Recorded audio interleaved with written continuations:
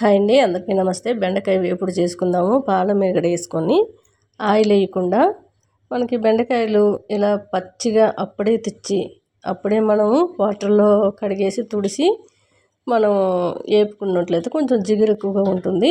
అలా ఉండేటప్పుడు మనము ఇలా ఆయిల్ వేయకుండే ఫస్ట్ స్టవ్ ఆయిల్లో పెట్టుకొని ఒక బాండీలో ఈ బెండకాయ ముక్కలన్నీ వేసుకుంటూ కాసేపు వేపుకోవాలి.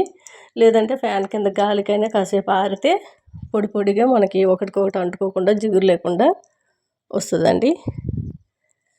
లేదు మనకు ఒక 2 స్పూన్ల వరకు పెరుగు, లేదంటే ఒక హాఫ్ చెక్క వరకు నిమ్మరసం వేసినా జిగురు అనేది ఉండకుండా చక్కగా పొడి పొడిగా జిగురు లేకుండా వస్తుంది.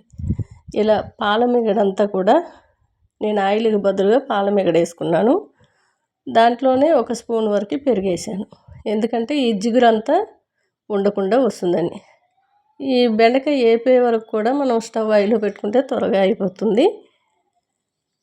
చక్కగా స్టవ్ ఆయిల్లో పెట్టుకుంటే ఇలా పొడి పొడిగా వచ్చేస్తుందండి. కాసేపు ఆయిల్లో పెట్టి కలుపుతూ ఉంటే ఆ జిగురంతా పోయి మనకి పాల మిగడంతా కూడా నెయ్యి రూపంలో ఆయిల్ లాగా మనకి వచ్చేస్తుంది అనమాట.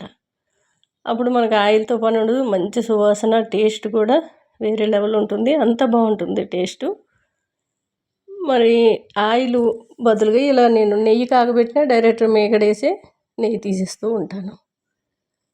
అలా తీసుకుని వంటల్లో వాడుకున్న, ఇలా డైరెక్ట్ మీగడేసుకున్న పెద్ద పని ఏమి ఉండదండి.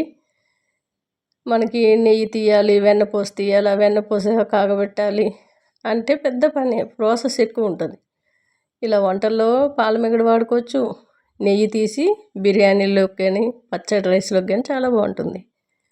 నాకు ఎలా కావాలంటే అలా తీసేస్తూ ఉంటాను. టేస్ట్ అయితే అదిరిపోయింది. ఒకసారి నచ్చితే ట్రై చేయండి. సూపర్గా ఉందండి. చక్కగా నెయ్యి స్మెల్తో ఉంది.